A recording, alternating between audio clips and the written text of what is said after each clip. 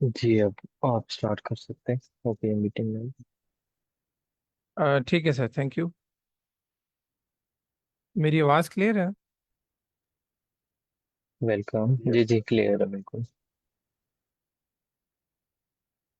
Okay, आज हमने start करना है कंबाइनिंग लाइक टर्म से। जो कल हमने पढ़ा था, अगर किसी को कोई कंफ्यूजन है या कोई क्वेश्चन पूछना हो तो बेशक पूछ लें, नहीं तो हम आगे स्टार्ट करते हैं।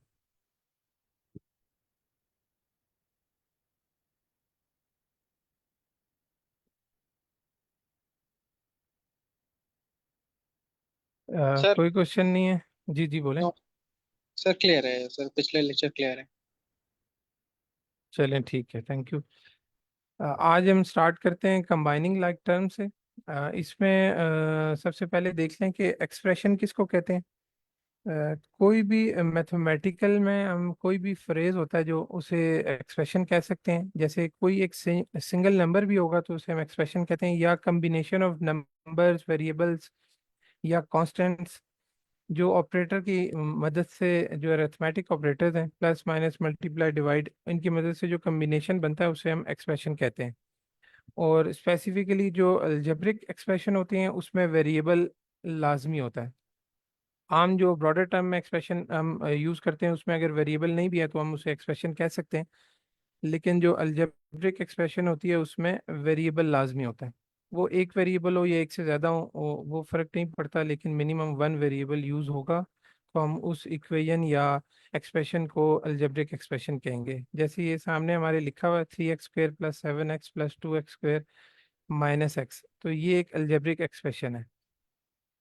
अब इसको सॉल्व करने के लिए पहली चीज जो हम डिस्कस करते हैं कि जो इनमें सेम टर्म्स होती हैं उनको हम कंबाइन करके उसको सिंपलीफाई करने की कोशिश करते हैं। अब सेम टर्म्स के लिए रूल ये है कि वेरिएबल्स में हम देखते हैं कि वेरिएबल की जो बेस है वो सेम होनी चाहिए, और उसका जो एक्सपोनेंट है, जो पावर है, वो सेम होनी चाहिए, तब वो अलाइक टर्म्स या सिमिलर टर्म्स कहलाती हैं, और उनको आपस में हम किसी भी अरिथमेटिक ऑपरेशन करके ऐड या सब्ट्रैक्ट कर सकते हैं।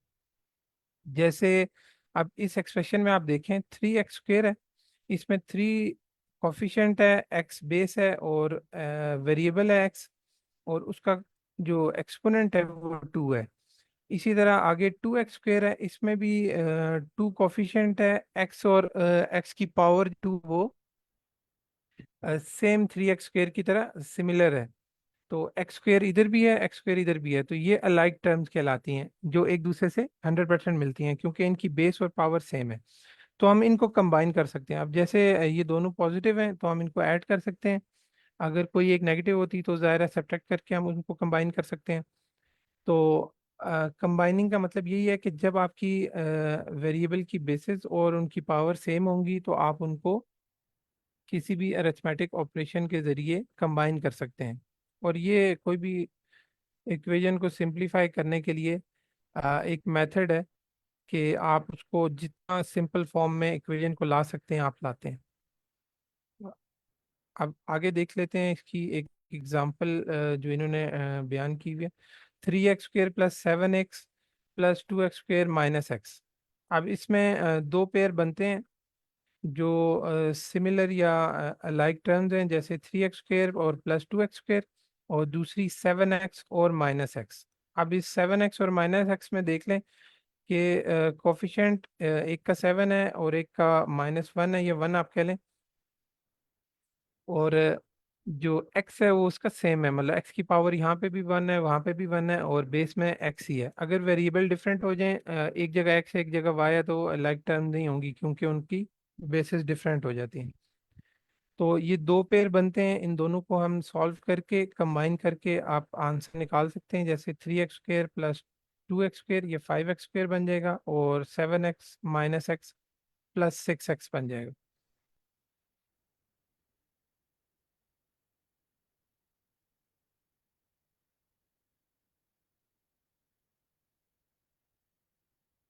ये तो बात होगी अब वेरिएबल की, कि वेरिएबल अगर सेम हो, उनकी बेसिस और एक्सपोनेंट सेम हो, तो हम उनको सिंप्लीफाई कैसे कर सकते हैं कंबाइन करके।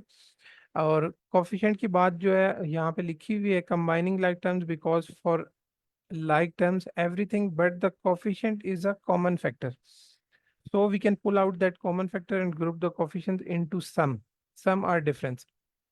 मतलब ये है कि उसका जो कोफिशिएंट है वो बेशक डिफरेंट हो, उसको हम एज अ कॉमन फैक्टर अलहदा से ऐड या लेस कर लेते हैं। मतलब अगर वो दो टर्म जो हमने कंबाइन किए हैं वो अगर प्लस हो रही हैं तो उनकी कोफिशिएंट्स प्लस हो जाएंगे, अगर वो माइनस हो रही हैं तो वो कोफिशिएंट्स आपस में माइनस हो जाएंगे। जैसे यहाँ पे 7x और प्लस -1x है, ये जो -x है इसके साथ ज़ाहिर है 1 होता है, तो ये -x था, इसलिए इसके अब कोफिशिएंट देख लें, +7 है और -1 है, तो ये दोनों सब्ट्रैक्ट होके 6x आ गया।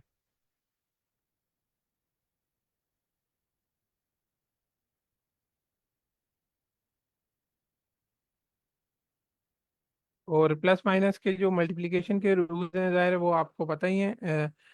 और जैसे साइंस मल्टीप्लाई होते हैं, अगर डिफरेंट साइंस हों तो वो हमेशा नेगेटिव होते हैं, और सिमिलर साइंस जब मल्टीप्लाई होते हैं तो आंसर पॉजिटिव देते हैं। अब ये दो वेरिएबल के साथ वही चीज़ बयान हुई हुई है सिमिलर चीज़। अब जब दो वेरिएबल यूज़ होंगे, चाहे वो एक एक टर्म में हो या अलग-अलग हो, तो हमने उसी तरह वेरिएबल्स को 100% देखना है कि अगर दो वेरिएबल एक ही टर्म में है और दो वेरिएबल दूसरी टर्म में है, तो उन दोनों के वेरिएबल्स की बेसिस और एक्सपोनेंट अगर सेम होंगी तभी हम उनको कंबाइन कर सकते हैं, अदरवाइज वो कंबाइन नहीं होंगी क्योंकि वो अलग टर्म नहीं होंगी। ये उसकी एग्जांपल है, इसको हम पढ़ते नहीं है, सिंपल सा कॉन्सेप्ट है। अच्छा, इसके बाद जो कोफिशिएंट की बात की गई ऊपर, जिससा कि हम उसको ऐड या लेस कर सकते हैं कॉमन फैक्टर बना के, तो इधर बताया गया है कि स्क्वायर रूट भी आ सकते हैं आपके कोफिशिएंट में, तो आप उसको भी सिमिलर ट्रीट करेंगे, वो भी एक नंबर के तौर पे के उसको सॉल्व करते हैं। या जो ये पाई वैल्यू है ये भी, ये इसलिए भी आता है, बताया गया कि ये आप वेरिएबल ट्रीट नहीं कर रहे, ये कोफिशिएंट ही हैं।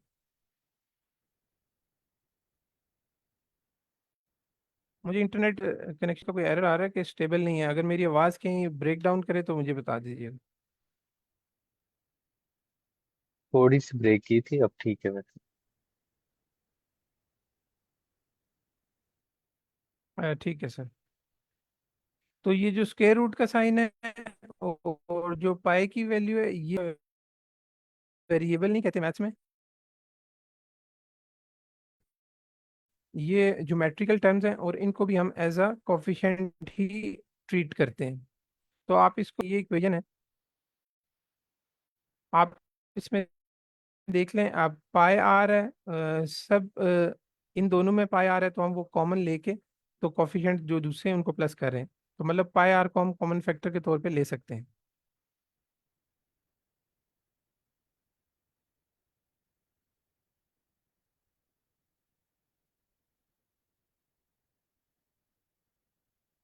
अब आप ये देख लें, इसमें ये बताया गया कि ये जो ब्रैकेट के अंदर x और -2 है, ये दोनों डिफरेंट चीज़ें, ये लाइक टर्म नहीं है क्योंकि यहाँ पे x है, यहाँ पे x नहीं है, कोई भी वेरिएबल नहीं है, तो ये डिफरेंट हैं। जिससे अभी ये बताया गया कि डिनोमिनेटर में 1 - x है, ये भी डिफरेंट है।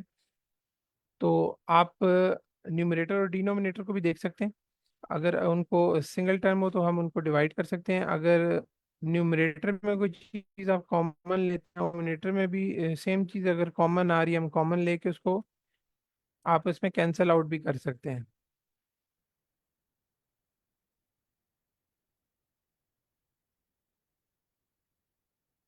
इसके बाद ये चेक योर स्किल्स है, ये सिंपल ही है कि आप इसका सिर्फ आंसर अगर कोई देना चाहे, -3 + 4 × 2 रूट +6.3, तो पूछा ये जा रहा है combine as many like terms as possible in the following expressions, कि इनमें जितने भी पॉसिबल लाइक टर्म्स आपको नजर आती हैं उनको आप कंबाइन करके इसको सिंप्लीफाई कर लें। तो इसमें कोई लाइक टर्म है जिसे आप कह सकें कि वो आपस में कंबाइन हो सके? सर -3 + 6/3 को हम इकट्ठे कर सकते हैं। जी बिल्कुल कर सकते हैं। 6 - 3 - 3 होगा तो 3.3 आ जाएगा। बाकी 4 × 2 रूट जो है वो सेम रहेगा। नीचे वाली एक्सप्रेशन में देख लें, पाई आर हम कॉमन ले सकते हैं। पाई आर को हम कॉमन लेंगे तो बाकी जो भी एक्सप्रेशन बनेगी उसको आप कर सकते हैं, या -3 पाई आर और +2 पाई आर भी सेम है, इनको आप आपस में सॉल्व कर सकते हैं। इसके बाद आ जाता है डिस्ट्रीब्यूशन। डिस्ट्रीब्यूशन हमने पहले भी कल की क्लास में भी डिस्कस किया था कि जब भी कोई वैल्यू पैरेंथेसिस के बाहर होती है, ब्रैकेट के बाहर होती है, तो उसको हम सॉल्व करने के लिए सब टर्म्स के साथ मल्टीप्लाई करते हैं। वैसे तो हम जो सिंपल मेंटल मैथ है वो हम तो डायरेक्ट मल्टीप्लाई करके आंसर दे देते हैं, लेकिन डिस्ट्रीब्यूशन मेथड में एक स्टेप हम सिर्फ और करते हैं कि हम उनको अलग-अलग मल्टीप्लाई करके शो करते हैं। जैसे अभी आप ये देखें, -3 × x - 2 है। अगर इस पे हम डिस्ट्रीब्यूशन रूल अप्लाई करेंगे तो ये -3 को हम अंदर दोनों टर्म से अलग मल्टीप्लाई करके पहले शो करेंगे और फिर उनको लिखेंगे, जैसे ये नीचे लिखा हुआ है कि ये -3 पहले +x के साथ मल्टीप्लाई हुई, फिर प्लस का साइन हम डालते हैं। जो डिस्ट्रीब्यूशन रूल है उसमें प्लस पहले हम लिखते हैं, ये लिखते हैं। ये जो अंदर वाला माइनस है ये इस टर्म के साथ आ जाएगा। तो फिर -3 को दोबारा मल्टीप्लाई करेंगे सेकंड टर्म, और उसके बाद ये आंसर आ जाता है। हालांकि हम डायरेक्ट भी अगर इसको मल्टीप्लाई मेंटल मैथ के साथ करते हैं कि -3 × x तो -3x, और -3 - 2 मल्टीप्लाई करें तो +6 आ जाता है, वो उसका भी आ जाता है। लेकिन डिस्ट्रीब्यूशन एक मेथड है जिसे यहाँ पे बताया गया है। ये आगे आपको अगर कोई कॉम्प्लेक्स इक्वेशंस आती हैं तो उनमें भी आपको काम आएगा। और डिस्ट्रीब्यूशन मेथड जो है ये नॉर्मली जब भी कोई चीज़ ब्रैकेट में हो तो हम उस ब्रैकेट को ख़त्म करने के लिए और सिंप्लीफाई करने के लिए बेसिकली यूज़ करते हैं। ये दो तरीके हैं। एक डिस्ट्रीब्यूशन है, क्या आप उसको अंदर ब्रैकेट वाले टर्म से मल्टीप्लाई करके ब्रैकेट ख़त्म करें, और दूसरा ये है कि हम जो हमने ऊपर फैक्टर्स लिए या कॉमन लेते हैं, जो कॉमन फैक्टर लेते हैं। एक वो मेथड है कि आप उस तरह अगर आपके पास ब्रैकेट में टर्म नहीं है, जस्ट एक इक्वेशन दी हुई है और उसमें अगर अलाइक टर्म्स भी नज़र नहीं आ रही, तो आप फिर में देखते हैं कि आप क्या चीज़ कॉमन ले सकते हैं ताकि आप सिंपलेस्ट फॉर्म में लेके आ सकें किसी भी इक्वेशन को। ये भी डिस्ट्रीब्यूशन में अब रूट को दिया गया है, रूट को दोनों टर्म से उसी तरह मल्टीप्लाई कर दिया गया है, दरमियान में प्लस का साइन है। ये डिस्ट्रीब्यूशन मेथड का प्लस होता है, तो इसे आपने ये इससे कंफ्यूज नहीं होना कि ये यहाँ पे माइनस था तो यहाँ पे ये प्लस कैसे आ गया। ये माइनस जो है ये इस टर्म के साथ फिर आगे मूव कर जाता है, आंसर फिर भी सेम ही आता है अगर हम डायरेक्ट मल्टीप्लाई करें या डिस्ट्रीब्यूशन के ये दो स्टेप करके करें। अब ये उसकी चेक योर स्किल्स में दो एग्जांपल हैं, इनको हम नहीं देखते। आगे हम आ जाते हैं कॉमन फैक्टर्स की, जिसकी बात हमने अभी की थी कि अगर आपके पास कोई भी ब्रैकेट नहीं है, ब्रैकेट हो पैरेंथेसिस यूज हो, तो हम डिस्ट्रीब्यूशन मेथड से उसको सॉल्व करने की कोशिश करते हैं। अगर हमारे पास इस तरह एक्सप्रेशन लिखी हो, सबसे पहले हम अलाइक टर्म्स देख लेते हैं। अगर अलाइक टर्म्स हो तो उनको सॉल्व कर लेते हैं। जैसे इसमें 3x² + 2x² है, और +x +7x और -x है, इनको आप सॉल्व कर सकते हैं आसानी से। उसके बाद जब आप देखते हैं कि अलाइक टर्म्स ख़त्म हो गई और अब हम उनको और कंबाइन नहीं कर सकते, जैसे ये एक टर्म बच गई, तो आप फिर उसमें देखते हैं कि हम कोई चीज कॉमन ले सकते हैं, चाहे वो कॉफी हो equal हो, लेकिन कुछ भी आप कॉमन ले सकते हैं उसे मजीद सिंपलेस्ट फॉर्म में लाने के लिए। तो यहाँ पे हम अब सिर्फ एक्स कॉमन ले सकते हैं, जैसे कि ये लेके दिखाया है। तो इसको सिर्फ कहते हैं pulling out a common factor, कि आप इक्वेशन को सिंपलेस्ट फॉर्म में लाने के लिए कोई भी common factor, possible common factor जो है पुल आउट करते हैं उस इक्वेशन में से।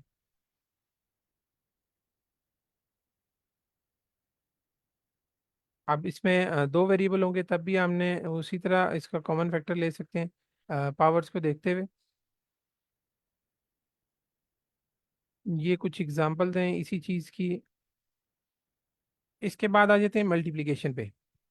ये मल्टीप्लिकेशन की कुछ बेसिक प्रोसीजर बताया हुआ है कि जो हम मल्टीप्लाई करते हैं नंबर्स उनको किस्सा करते हैं। वैसे तो जो 1 से 20 तक टेबल्स हैं, कोशिश करें उनको रिवाइज करने की ताकि आपका मेंटल मैथ स्ट्रांग हो। क्योंकि जो छोटी छोटी कैलकुलेशन है जीआरई में वो आप अगर मेंटली करेंगे तो आपका टाइम बचेगा। वहाँ हम वैसे कहते हैं कि हमें वहाँ पे कैलकुलेटर ऑन स्क्रीन अवेलेबल होता है, लेकिन वो बड़ा बेसिक सा कैलकुलेटर है। उस पर आई थिंक क्लिक करना पड़ता है या नम पैड से आप टाइप करेंगे तो वो बहुत बेसिक सा है। उसमें कोई गलती आप कर दें तो आपको दोबारा वो क्लियर करके दोबारा लिखना पड़ेगा, तो वो एक आपका टाइम टेकिंग प्रोसीजर बन जाता है। तो उससे बेहतर है कि आप अगर मेंटल मैथ से इस चीज़ को सॉल्व कर सकें तो आप जल्दी क्वेश्चन करेंगे और अपना टाइम बचाएंगे। अब ये जो मल्टीप्लिकेशन है इसमें एक सिर्फ उन्होंने सजेशन ये दी कि जब दो नंबर्स को आपने मल्टीप्लाई करना है तो आप कोशिश ये करें कि बिगेस्ट नंबर को ऊपर रखें और स्मॉलेस्ट को नीचे रखें ताकि कम स्टेप्स में आपका मल्टीप्लिकेशन सॉल्व हो जाए। जैसे अभी ये 57 को मल्टीप्लाई कर रहे हैं 8 से, तो 8 अगर नीचे होगा तो नीचे हमें सिर्फ एक स्टेप में ही आंसर मिल जाएगा। अगर हम 57 नीचे रखते हैं और 8 ऊपर रखते हैं तो फिर हमें 3 स्टेप में जाके वो आंसर मिलेगा। पहले हम 7 को 8 से मल्टीप्लाई करके एक लाइन में लिखेंगे, फिर नेक्स्ट लाइन में 5 से मल्टीप्लाई करेंगे 8 को, और फिर उन दोनों को ऐड करके थर्ड लाइन में आंसर लेंगे। तो इस तरह अगर डिजिट्स ज़्यादा होते जाएंगे तो मतलब अगर एक 5 डिजिट नंबर है, एक 8 डिजिट नंबर है, तो हमें कोशिश करनी चाहिए कि जो उसमें 8 डिजिट नंबर है उसको ऊपर रखें और 5 डिजिट नंबर को नीचे रखेंगे तो हमारा वो कम स्टेप्स में मल्टीप्लिकेशन सॉल्व हो जाएगी। इसके बाद डिवीजन आ जाती है। डिवीजन में भी अच्छा मल्टीप्लिकेशन में ऑर्डर उन्होंने सजेस्ट तो किया है कि आप छोटे नंबर को नीचे रखें, लेकिन कोई हार्ड एंड फास्ट रूल नहीं है क्योंकि आंसर आपका सेम आता है। आप बड़े नंबर को नीचे रखें या छोटे को रखें, मतलब उसमें ऑर्डर मैटर नहीं करता। जैसे हमने कल भी डिस्कस किया था कि एडिशन और मल्टीप्लिकेशन में ऑर्डर मैटर नहीं करता, सब्ट्रैक्शन और डिवीजन में ऑर्डर मैटर करता है। तो आप डिवीजन में देख लें, डिवीजन में ऑर्डर मैटर करता है। 2/3 और 3/2 में डिफरेंस है। अगर इनको मल्टीप्लाई करें तो किसी भी ऑर्डर में कर सकते हैं, वो सेम आंसर आता है। अब ये सिंपल जो डिवीजन का मेथड है वो इन्होंने बताया हुआ है कि अब पहले आप सिंगल टर्म देखते हैं, अगर उस पे वो बायर वाला डिजिट डिवाइड कर रहा है तो ठीक है, नहीं तो आप 2 डिजिट्स को देखते हैं। इसी तरह फिर आगे चलते जाते हैं और जब आपके पास रिमाइंडर मिनिमम रिमाइंडर बच जाए जिस पे वो टेबल नहीं जा रहा, उसे बाहर वाली टर्म से वो छोटा हो जाए, तो फिर आप पॉइंट लेके उसको आगे लेके चलते हैं। डिवीजन से सिर्फ एक चीज हम देख लेते हैं, जब वो कंप्लीटली डिवाइड कर ले किसी भी डिजिट को तो फिर वो उसका फैक्टर होता है। हम कह सकते हैं कि वो उसका फैक्टर है या उसका डिवाइजर है। अगर हमारे पास रिमाइंडर बचता है तो फिर हम ये कह देते हैं कि वो उसका फैक्टर नहीं है या वो कंप्लीटली डिवाइड नहीं कर रहा उस नंबर को। इसके बाद जो चेक योर स्किल्स के क्वेश्चंस हैं उनकी ये एक्सप्लेनेशन दी हुई है। ये आप जब प्रैक्टिस अभी करेंगे, रिवीजन करेंगे, तो आप ये क्वेश्चन साथ साथ सॉल्व करें। उसके बाद कुछ ड्रिल सेट्स हैं इस चैप्टर के एंड पे। जैसे ये ड्रिल 1 है, इसमें ज़्यादातर आप देख लें जो हमने फर्स्ट 2 3 टॉपिक्स पढ़े हैं उनसे रिलेटेड क्वेश्चन हैं। फिर ये आ गया, ये भी इक्वेशन को सिंपलेस्ट फॉर्म में लाने के लिए है। अभी जो हमने लाइक टर्म्स वाला टॉपिक पढ़ा है ये उससे रिलेटेड क्वेश्चन है। और ड्रिल 4 देख लें कि आप इन इक्वेशंस को कितना सिंप्लीफाई कर सकते हैं। ये भी अलाइक टर्म्स हो सकती हैं। डिस्ट्रीब्यूशन रूल आप इस पे अप्लाई कर सकते हैं जो ब्रैकेट्स वाले हैं। तो इनको प्रैक्टिस ज़रूर करें। अगर कोई क्वेश्चन मुश्किल लगता है, वैसे तो इसकी नीचे एक्सप्लेनेशन दी हुई है हर चीज़ की, लेकिन अगर आपको फिर भी कोई चीज़ मुश्किल लगे, समझ ना आए, तो हम कल इसको डिस्कस कर लेंगे। अभी हम चैप्टर 2 स्टार्ट कर लेते हैं। लेकिन इसकी प्रैक्टिस ज़ाहिर है ज़रूरी है आपको। हम यहाँ पे एक एक क्वेश्चन अभी सॉल्व नहीं कर सकते क्योंकि हम कोशिश करेंगे कि जल्दी से जल्दी ये कॉन्सेप्ट क्लियर करके हम आगे जो जीआरई के रियल प्रैक्टिस क्वेश्चंस हैं उनको डिटेल में सॉल्व करें और उन पे ज़्यादा प्रैक्टिस करें। तो ये कॉन्सेप्ट्स के लिए प्रैक्टिस है जो कि सजेस्टेड यही है कि आप डेली बेसिस पे साथ साथ लेके चलें ताकि आपके कॉन्सेप्ट्स क्लियर हो जाएं। कोई क्वेश्चन हो तो आप बेशक पूछ लें।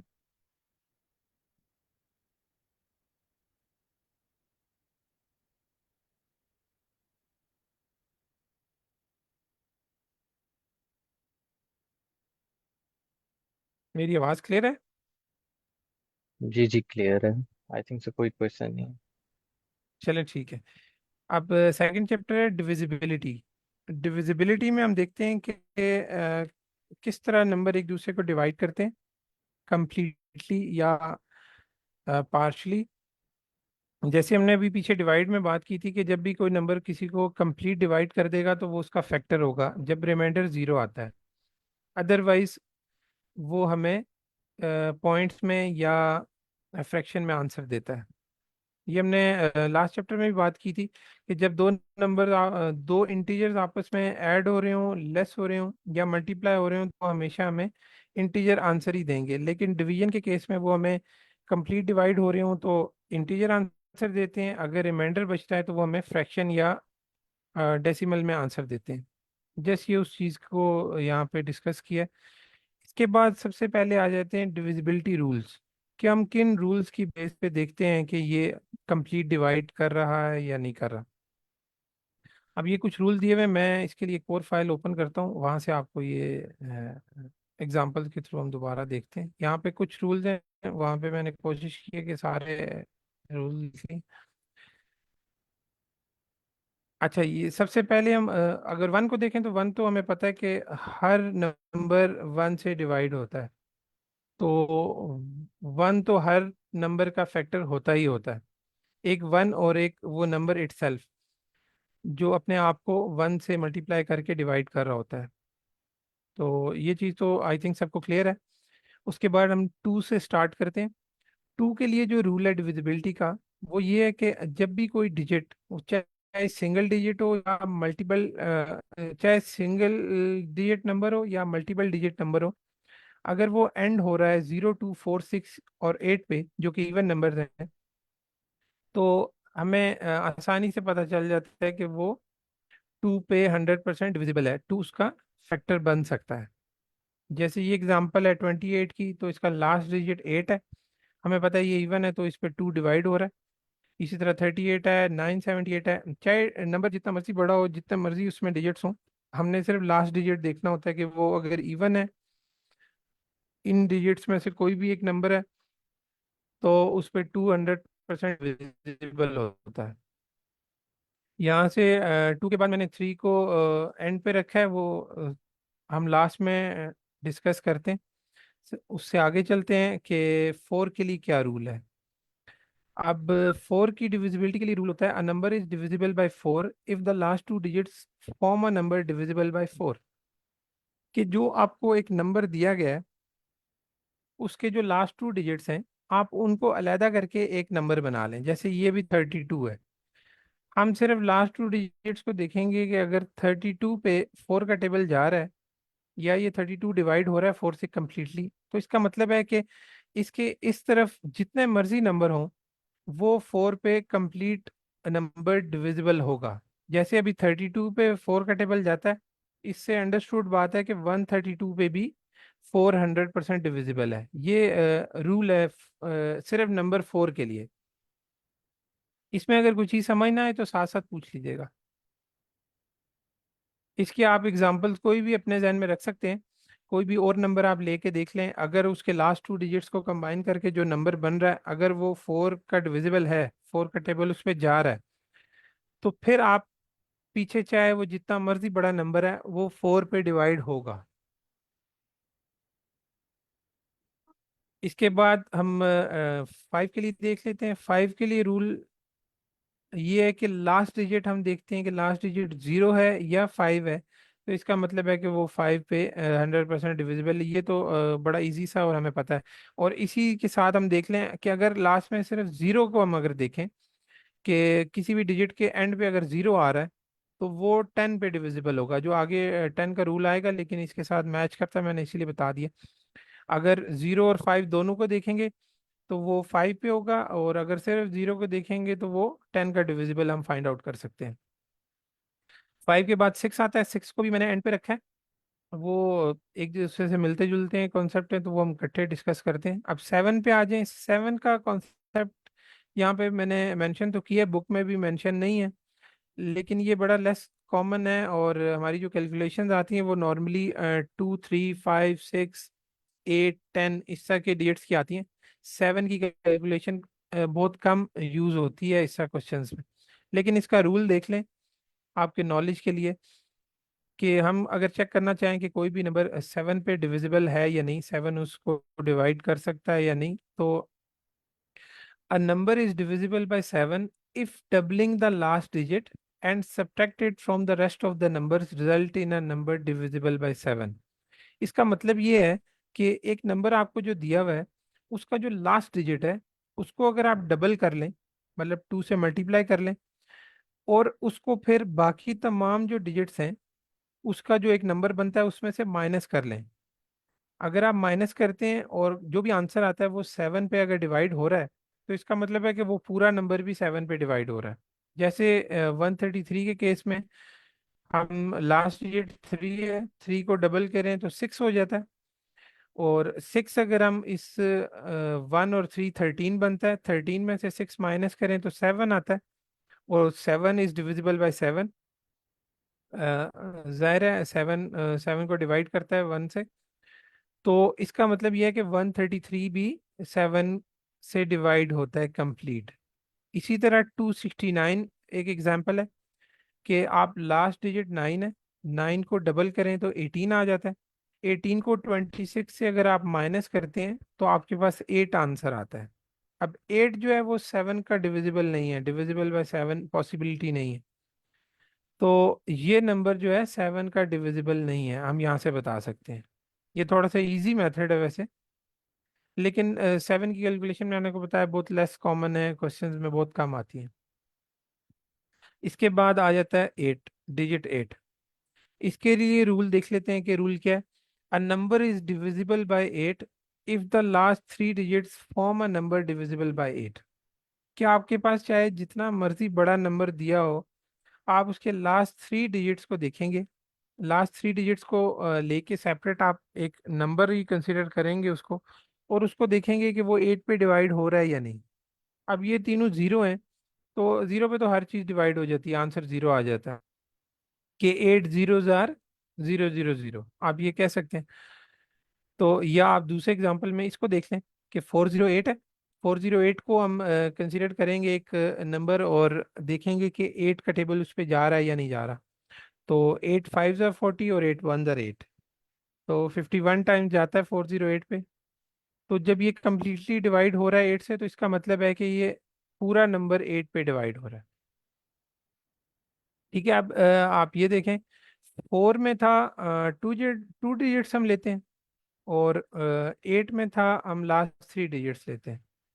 ठीक है, 4 और 8 तकरीबन मिलते जुलते हैं। 10 की बात हमने कर ली थी कि 10 का रूल ये है कि लास्ट में अगर 0 होगा तो वो 10 पे डिविजिबल होगा, अदरवाइज वो नंबर 10 पे डिविजिबल नहीं है। अब आ जाते हैं 3 पे। 3 और 9 जो है ये इनकी एक यूनिक प्रॉपर्टी है जो और किसी नंबर के लिए नहीं है,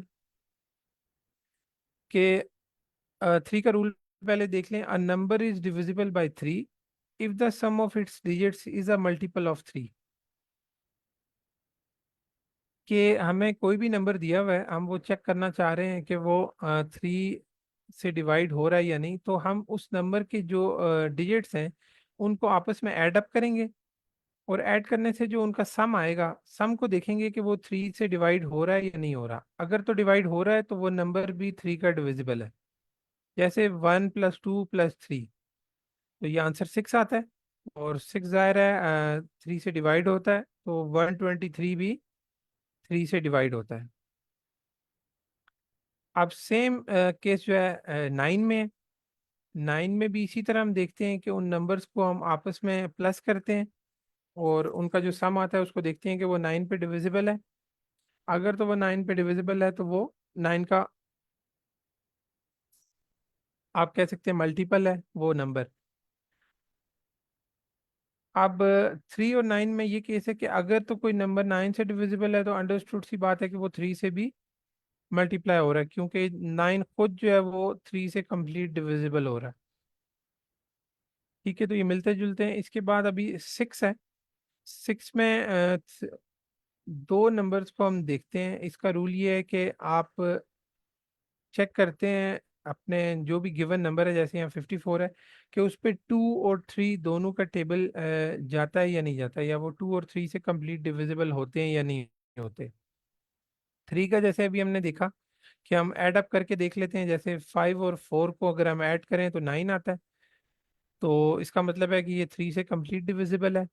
और 2 के लिए हमने रूल पढ़ा था कि लास्ट डिजिट हम देखते हैं, अगर वो इवन है तो वो 2 पे भी डिविजिबल है। तो ये 2 और 3 दोनों पे अगर डिविजिबल है तो इसका मतलब है कि ये 6 पे भी डिविजिबल है। ये बात क्लियर होगी?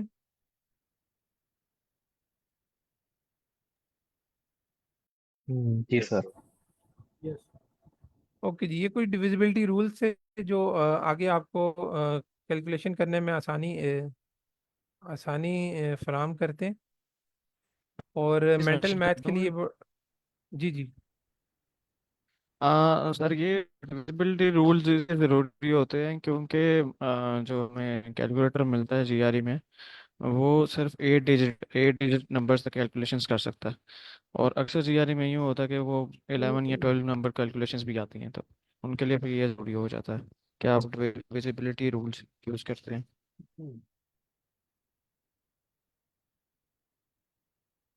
और वो बहुत बेसिक सा कैलकुलेटर है, मतलब उसको शुरू में तो हम अंडरस्टैंड करने में भी थोड़ा टाइम लग जाता है कि उस पे कैलकुलेशन हम कैसे क्लिक करके या टाइप करके लिखेंगे। तो वो टाइम टेकिंग है, इसलिए जीआरई की ये जो बुक्स हैं इनमें भी अक्सर जगहों पे ये लिखा हुआ है कि आप कोशिश करें कि कैलकुलेटर को कम से कम यूज़ करें, क्योंकि देखा गया है कि उस कैलकुलेटर से कैलकुलेशन करने में आपका ज़्यादा टाइम लग जाता है, बजाय इसके कि आप मेंटल मैथ से करें। तो कैलकुलेटर पे टाइम ज़्यादा लग जाता है। अच्छा, अब उन डिविजिबिलिटी रूल्स को देखते हुए हम आगे देखेंगे कि कौन कौन सा नंबर कंप्लीट डिवाइड कर सकता है या नहीं। तो जो कंप्लीट डिवाइड कर सकता है वो उसका फैक्टर हो जाता है उस नंबर का। तो अभी ये टॉपिक है सर फैक्टर्स आर। डिविजिबिलिटी में एक दो क्वेश्चंस हैं जी रूल्स के जी लिए। पूछें। जी जी हाँ सर, जैसे जैसे नंबर्स वगैरह आती हैं, जैसे हमारे पास नंबर है 224 या फिर 231, 10 पावर 9 या 10 पावर 7, वो जी कैसे जी। हम करेंगे फिर? अगर वो 10 पावर आ गई हुई है साथ, 10 पावर 8 आ गया, 10 पावर 9 आ गया, 10 पावर 7 आ गया, तो फिर उसको कैसे हम डिवाइड करेंगे? उसके लिए मतलब जितनी सपोज 10 की उसको पावर हमने थ्री होती से है। थ्री से करना है। जी जी। सपोज हमने 3 से उसको करना है, तो फिर आप अगर जो 10 की पावर है उसको सेपरेट रहने दें, आप उस नंबर को देखें कि वो डिवाइड हो सकता है या नहीं, क्योंकि 10 की पावर जितनी भी होती है उतने तो जीरो आ रहे होते हैं ना उसके साथ। वो सर आप उस तरह भी रख सकते हैं। अगर वो माइनस हो रहा हो, जैसे 10 की पावर 7 है, वो माइनस कर रहे हैं हम 76 से, तो 10 की अगर उसको पावर हमने करना है 4 से डिवाइड, फिर? जी जी। उसका मतलब तो यही है ना, 10 की पावर नेगेटिव तभी हम लेते हैं जब वो डिनोमिनेटर से ऊपर जाता है। मतलब आप उसको कंसीडर कर लें नेगेटिव भी, बेशक आप उसको सॉल्व ना करें। ये जीआरई की प्रॉब्लम में जब आएगा ना, तो अब जरूरी नहीं है कि आप उसको 10 की पावर जो है उसको भी साथ सॉल्व करें। वो हो सकता है आपको सॉल्व करने की जरूरत ही ना पड़े, आप जस्ट जो लेफ्ट साइड पे उसका डिजिट है उसको सॉल्व करेंगे। और 10 की ठीक पावर ठीक उसी ठीक। तरह रहती है, वो आपको सिनेरियोज देखते हुए आप उसको मतलब आंसर बनाते हैं। जीआरई में ये है कि आपने हर चीज को 100% सॉल्व नहीं करना, आपने क्वेश्चन को देखना है कि क्वेश्चन में वो हमें आंसर किस शेप में दिया हुआ है, जिसको अगर हमने कंपेयर करना है, जिसमें क्वांटिटी 1 और क्वांटिटी बी दी जाती है, या हमें जो आंसर टाइप्स दी हुई है मल्टीपल क्वेश्चंस में, अगर आंसर दिए हुए हैं तो हम देखते हैं कि आंसर हमें किस शेप में दिए हुए हैं। तो हम कोशिश करते हैं कि अपने क्वेश्चंस की जो टर्म्स हैं या एक्सप्रेशंस हैं उनको उन शेप्स में कन्वर्ट करें जल्दी से जल्दी, और मैच कर सकें कि कौन सा आंसर करेक्ट है। ठीक ठीक, ओके सर। अच्छा, टॉपिक था फैक्टर्स आर डिवाइजर्स। मतलब यही है कि कोई भी चीज़ जो फैक्टर होती है वो अंडरस्टूड सी बात है कि वो उसका डिवाइजर होगा या वो उसको कंप्लीट डिवाइड कर रहा होगा। ये भी 6 के फैक्टर्स निकाले हुए हैं, या 6 को चेक किया गया है 1 से 6 तक। अभी अच्छा, जैसे 6 है, अंडरस्टूड सी बात है कि 6 के जो डिवाइडर्स या फैक्टर्स होंगे वो 6 से छोटे ही होंगे, 6 से बड़ा कोई भी 6 को डिवाइड नहीं कर सकता। तो 1 से 6 तक ये कंडीशन देखी गई है। इसमें अब एक चीज़ हमने पहले डिस्कस की थी कि कोई भी नंबर है वो 1 से या अपने आप से तो डिवाइड होता ही है, ये बड़ा क्लियर होता है। और अगर कोई नंबर सिर्फ और सिर्फ अपने आप से और 1 से डिवाइड होगा और किसी नंबर से डिवाइड नहीं होगा तो उसे हम प्राइम नंबर कहेंगे, वो आगे जाके अभी हम पढ़ते हैं। लेकिन 1 से और 6 से हर नंबर डिवाइड होता है। इसके अलावा हम डिविजिबिलिटी रूल देखते हुए जो बाकी स्मॉलेस्ट नंबर हैं उससे छोटे नंबर हैं उनको देखते हैं, अगर वो कंप्लीट डिवाइड करें, जैसे ये 3 है, 2 है, ये कंप्लीट डिवाइड कर रहे हैं तो ये उसके डिवाइजर्स हैं या फैक्टर्स हैं। अब 4 और 5 6 को डिवाइड नहीं करता, डेसिमल में या फ्रैक्शन में आंसर आता है, रिमाइंडर बच जाता है, तो उस वजह से ये उसके फैक्टर नहीं होंगे। तो और फैक्टर्स में देख लें, अभी 6 के लिए अगर ये फैक्टर देखे जाएं तो 3 × 2, मतलब कि 3 फैक्टर बन रहा है 6 का और 2 भी फैक्टर बन रहा है 6 का, मतलब ये एक जो पेयर बनता है 3 × 2, तो इसको हम फैक्टर पेयर भी कहते हैं, जो कि आगे जाके हम ज़रा अभी डिस्कस करते हैं फैक्टर पेयर्स को भी। और इसको जीआरई डिफरेंट वर्डिंग में आपके सामने लेके आएगा चीज़ को। अगर कोई चीज़ किसी पे डिवाइड हो रही है तो वो उसका क्या मतलब है, उसको इस तरह भी रीड आउट किया जा सकता है कि 2 इज़ अ फैक्टर ऑफ 6, या फिर 2 is a divider of 6, 2 divided by 6। और इसके अगर ऑपोजिट साइड पे जाएं कि आप 6 को पहले लिखें और उससे पढ़ने की कोशिश करें तो आप कह सकते हैं कि 6 इज़ अ मल्टीपल ऑफ 2, या 6 इज़ डिविजिबल बाई 2।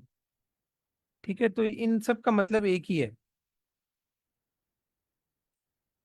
अब इसके बाद फैक्टर पेयर्स की जो बात की थी कि कोई भी जो नंबर है वो कितने टाइम्स मल्टीप्लाई होके उस बड़े नंबर का फैक्टर बन रहा है। तो जितने टाइम्स बन रहा है ज़ाहिर है उसको, और उस नंबर को जब हम लेके चलेंगे, जैसे ये 60 पे 15 × 4 है, या आप कर सकते हैं 20 अगर ले लें 20 × 3, तो ये भी एक फैक्टर पेयर है, 20 का भी और 3 का भी।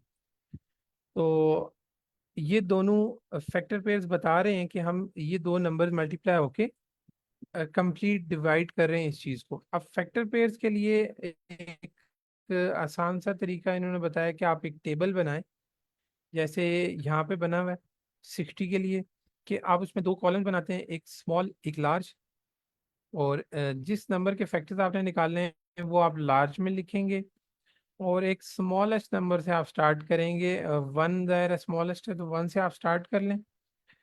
तो इसमें चलते जाएंगे कि जिस तरह वो नंबर उसको डिवाइड कर रहा है आप लिखते जाएंगे। जैसे 1 60 से मल्टीप्लाई हो तो 60 आता है, तो यहाँ पे 60 है।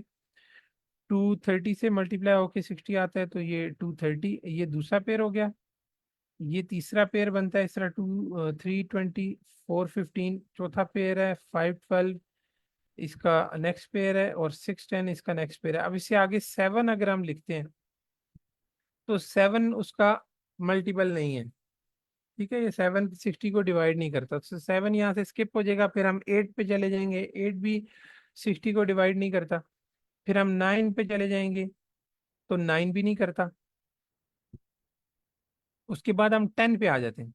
10 पे आते हैं तो हम देखते हैं कि यहाँ पे हमारे पास ऑलरेडी 10 आ चुका है, तो फिर हम 10 यूज़ नहीं करते, हम यहाँ पे स्टॉप कर जाते हैं। यहाँ से हमें पता चल जाता है कि इससे ज़्यादा पॉसिबल कोई भी फैक्टर पेयर नहीं बन सकते।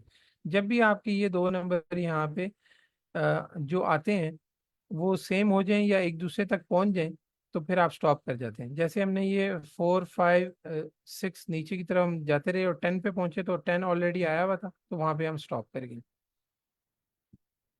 तो इस तरह फैक्टर पेयर्स बनते हैं। इसके बाद जो प्राइम नंबर्स की बात की थी कि वो सिर्फ 1 और अपने आप से डिवाइड होते हैं, तो उनको हम प्राइम नंबर्स कहते हैं। अब यहाँ पे 7 को देखा गया कि 7 प्राइम नंबर है। कोई भी एक प्राइम नंबर आप में से कोई बता सकता है 7 के अलावा? सर 11। जी 11। जी 17 भी है।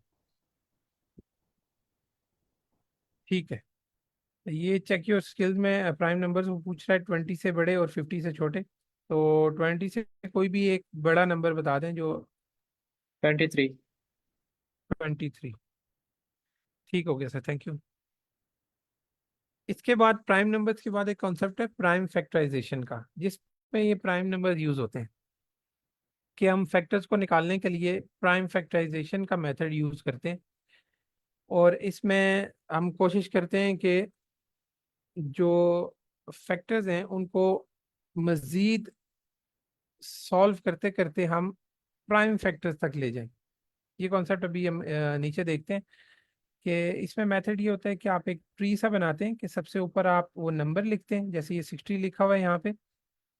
कोई भी एक कम्बिनेशन आप ले लें, अगर बहुत बड़ा नंबर है तो आपको जाहिर है, अब फर्ज कर लें यहाँ पे आप अगर 4 डिजिट या 4 डिजिट से ज़्यादा बड़ा नंबर होगा तो आप एकदम नहीं बता सकेंगे कि उस पे 6 का टेबल या 10 का टेबल या 20 का टेबल कितना टाइम जा रहा है। तो लेकिन आपके पास उसको डिवाइडेड बाई 2 करने का बहुत आसान है। अगर वो पॉजिटिव नंबर है तो आप देख सकते हैं कि उस पर 1 का टेबल जा रहा है, 2 का जा रहा है या 3 का जा रहा है। तो आप इनमें से कोई भी छोटा एक पॉसिबल कम्बिनेशन जो फैक्टर पेयर का बनता है, आप उससे स्टार्ट कर सकते हैं ये ट्री। जैसे भी ये 60 था तो इन्होंने 15 और 4 ले लिया। मैं इससे थोड़ी बड़ी एग्जांपल पे जाता हूँ। जैसे ये 630 है। अब 630 के लिए ज़ाहिर है एकदम आप नहीं बता सकते कि इस पे 6 का टेबल, 8 का टेबल, 9 का टेबल जाता है, यानी थोड़ा सा हमें कैलकुलेशन करनी पड़ती है।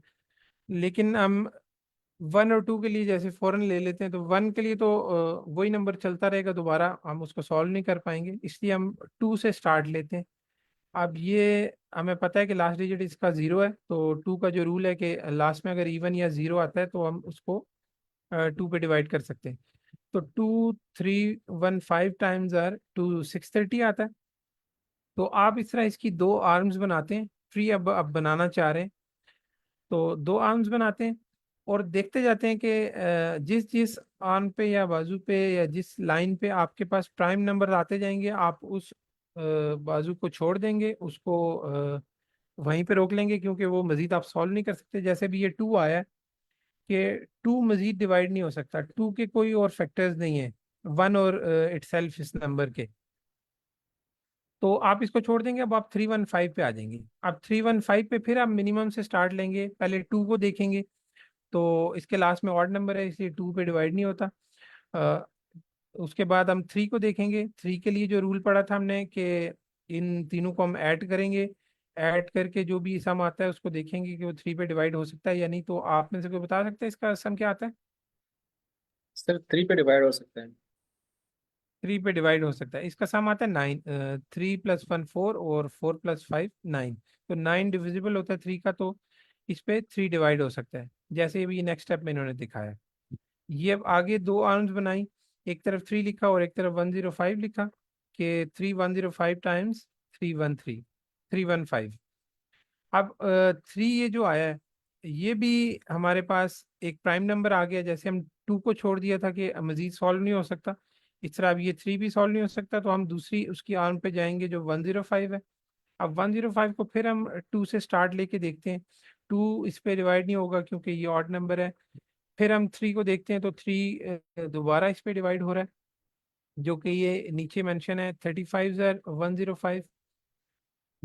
फिर हम देखते हैं कि अब ये 3 दोबारा प्राइम नंबर आ गया है तो मजीद सॉल्व नहीं होता। फिर हम 35 को देखते हैं, इस तरह ये चलता जाता है जब तक कि हम तमाम इनकी आर्म्स पे प्राइम नंबर्स नहीं ले आते, तब तक हम इसको चलाते जाएंगे। जैसे ये तमाम आर्म्स पे सॉल्व होके सब प्राइम नंबर आ जाते हैं जिन पे किसी और नंबर का टेबल नहीं जाता, फिर तो वो हमारी प्राइम फैक्टराइजेशन निकल आती है इस नंबर की। जैसे भी इसको हमने कंप्लीट सॉल्व किया ये वाला, ये तो इसके प्राइम फैक्टर्स निकले हैं 2 × 3 × 5 × 7। इनको तमाम को हम इस तरह लिख के बता सकते हैं कि ये 630 की प्राइम फैक्टराइजेशन है।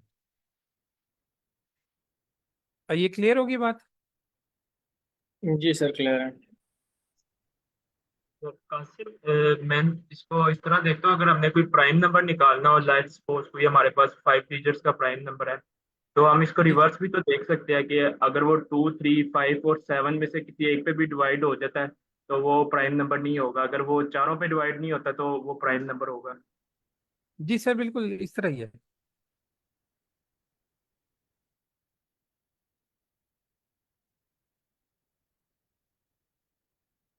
ये इसके कुछ चेक योर स्किल्स के क्वेश्चंस हैं, ये आप खुद कीजिएगा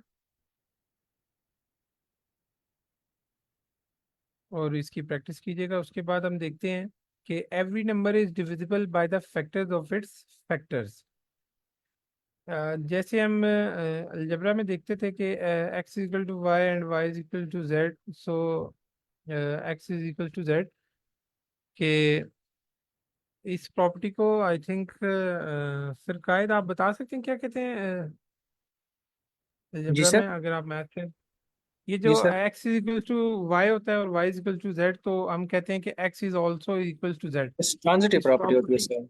ट्रांजिटिव प्रॉपर्टी। ट्रांजिटिव प्रॉपर्टी, ठीक है सर, थैंक यू। तो ये चीज़ हम इधर फैक्टर्स में भी देखते हैं कि अगर a b से डिविजिबल है और b c से डिविजिबल है, तो अंडरस्टूड सी बात है कि a c से भी डिविजिबल होगा। ठीक है, जैसे ये 12 की एग्जांपल है कि 12 6 से डिवाइड हो रहा है और 6 जो है वो 3 से डिवाइड हो रहा है, तो अंडरस्टूड सी बात है कि 12 भी 3 से डिवाइड होगा। इसको यहाँ पे फैक्टर फाउंडेशन रूल भी कहते हैं। और इस रिवर्स डायरेक्शन में भी लेके जा सकते हैं, तो अभी सर ने भी बात की चेक करने के लिए।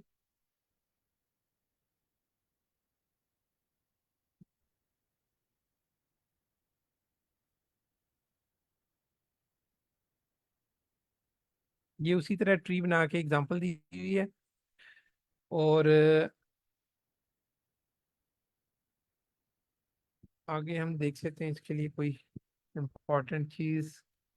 इसमें ये जो थ्योरी लिखी हुई है, अगर आपके पास टाइम हो तो आप ज़रूर पढ़ें। इसमें छोटी छोटी चीज़ें लिखी हुई, एक्सप्लेनेशन है, तो बेसिक कॉन्सेप्ट ही मैं रीड आउट करता हूँ, कोशिश करता हूँ जो उसमें इंपॉर्टेंट चीज़ लगे वो डिस्कस कर लें, बाकी हम स्किप कर दें ताकि ज़्यादा टाइम भी हमारा ना लगे, क्योंकि 1 घंटे में हम हर चीज़ नहीं यहाँ पे रीड आउट करके पढ़ सकते। अगर आप लोग टाइम दे रहे हैं तो इसको साथ साथ रीड आउट एक दफ़ा ज़रूर कर लें, ताकि आपको कोई कॉन्सेप्ट भी वो मिस ना हो या कोई बात उसकी रह ना जाए आपके लिए।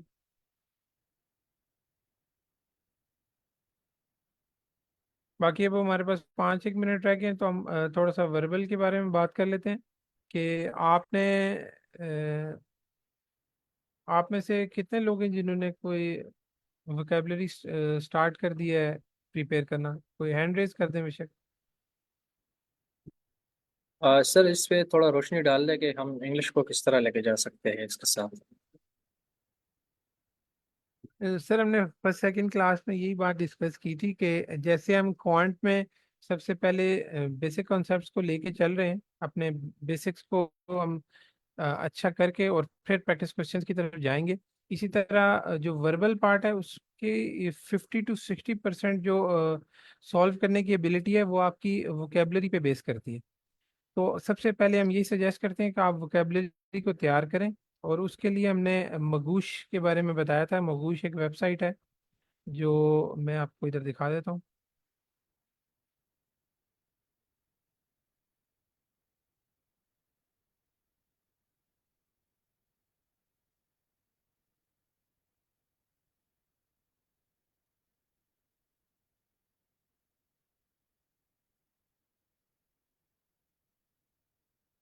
सर इसकी जो एप्स हैं ये मगूश मगूश की की, वेबसाइट है। सर मगूश की ऐप हेल्प जी कर सकती है मोबाइल ऐप्स? जी जी, वो सेम है। अगर आप प्ले स्टोर पे देखें वो भी इसी तरह आपके पास ऐप आ जाती है। मोबाइल में ये हैंडी है, आप कहीं भी हो तो आप यूज़ कर सकते हैं, उसमें कोई इशू नहीं है। मगूश की ऐप ले लें या ये वेबसाइट ले लें, सेम चीज़ है उसमें भी। अगर आप प्ले स्टोर पे लिखते हैं मगूश GRE फ्लैश कार्ड, तो आपके पास ऐप आएगी और उसमें यही सेम डेक्स हैं।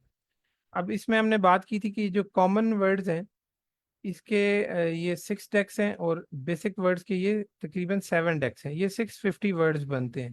तो मिनिमम ये सजेस्ट किए जाते हैं कि ये तो लाजमी करने हैं सबने।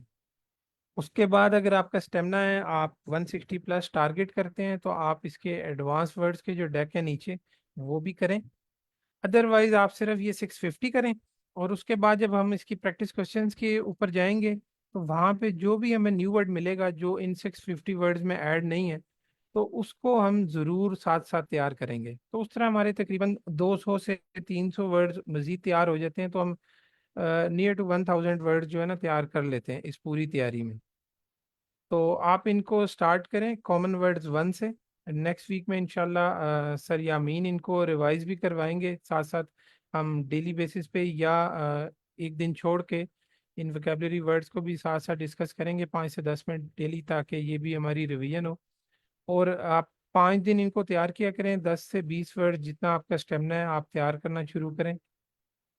जब आपको ये याद होना शुरू हो जाएंगे तो फिर आप वीकेंड पे उनको 100% जो आपने पूरे वीक में याद किए होंगे उनको रिवाइज करें, क्योंकि ये वर्ड्स रिवाइज नहीं करेंगे तो ये अगले हफ्ते आपको पिछले वर्ड्स भूल जाएंगे। तो ऐसा नहीं करना। ये जो 650 वर्ड्स हैं ये तो आपको बिल्कुल फिंगर टिप्स पे होने चाहिए, तब आप जीआरई के वर्बल पार्ट को अटेम्प्ट कर सकेंगे। जैसे भी ये फ्लैश कार्ड मैंने खोला, इस पे ये वर्ड है एनॉमलस। इसका मीनिंग देख लें ऐसा खोल के कि नॉट नॉर्मल। अगर मैंने बताया था फर्स्ट क्लास में कि अगर आपको यहाँ पे कई दफ़ा जीआरई में मगूश की इस वर्डिंग में थोड़ा सा वर्ड मुश्किल लग रहा है या जो सेंटेंस यूज हुआ है वो आपको मुश्किल लग रहा है, तो इसके साथ एक और चीज़ बताई थी मरियम वेबस्टर, जो कि यहाँ पे आई थिंक उसकी भी एप्लीकेशन मौजूद है उस पे प्ले स्टोर पे। तो मैं यहाँ पे देख लूँ।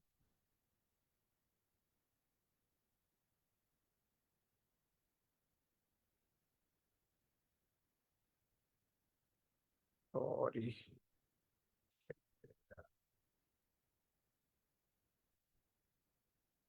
उसकी भी सेम एप्लीकेशन मौजूद है। वो बेसिकली अमेरिकन डिक्शनरी है जो कि स्टक हो गया है।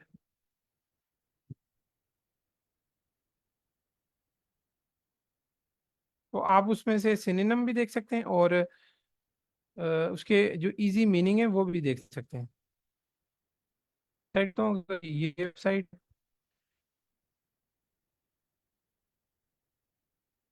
ये अब ये एक डिक्शनरी का ऑप्शन है और ये एक थीसॉरस का ऑप्शन है। आप यहाँ पे वही वर्ड जो मगूश में आपको समझ नहीं आ रहा वो यहाँ पे आप पेस्ट करें कोई भी वर्ड, और उसकी आप डिक्शनरी में इजी मीनिंग देख लें।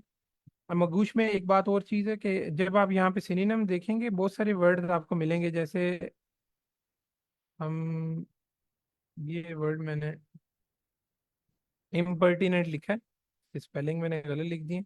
ये इसके स्पेलिंग है। अब यहाँ पे वो उसका मीनिंग बता रहा है। ये एक मीनिंग है, ये सेकंड मीनिंग है, ये थर्ड मीनिंग है।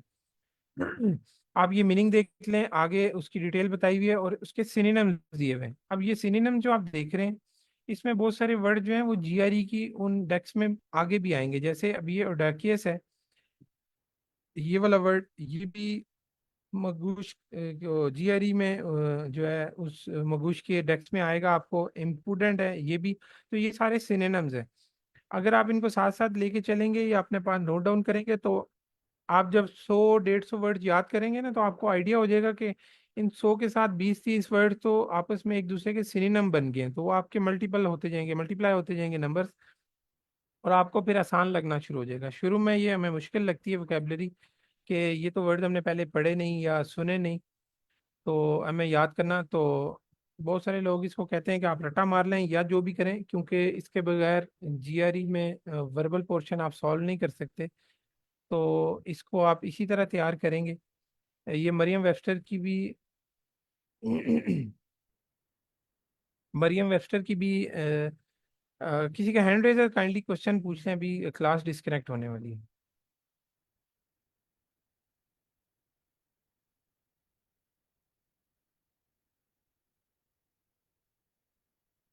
डिविजिबिलिटी रूल्स वाली फाइल मैं शेयर कर दूंगा स्लैक पे।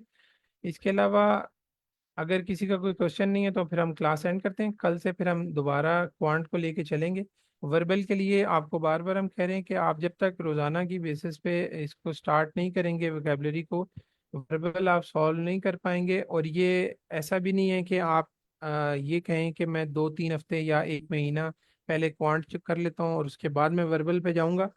तो ये वर्बल के जो वर्ड्स हैं ये हमें हजम नहीं होते इतनी जल्दी, थोड़े थोड़े वर्ड्स लेके चलें, तब आपको ये याद रहेंगे। बाद में आप अपने आप को ओवरबर्डन नहीं कर सकते इनको इकट्ठा याद करने के लिए। आप 100 वर्ड या 50 वर्ड्स इकट्ठे नहीं कर सकेंगे, वो बहुत एक्सेप्शनल केस होता है।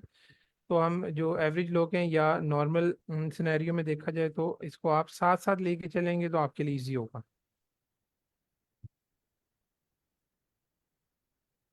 जी ठीक है, बिल्कुल किसी का सर, अगर ऐसी है। कोई क्वेश्चन नहीं है तो फिर हम क्लास एंड करते हैं इंशाल्लाह, फिर हम कल मिलेंगे।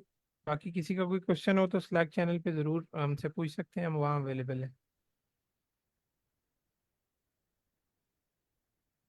जी चलिए, टाइम भी ओवर हो रहा है, तो इंशाल्लाह फिर कल मिलते हैं। Meeting end. Okay, thank you all of you, Allah हाफिज़। Thank you, Allah Hafiz.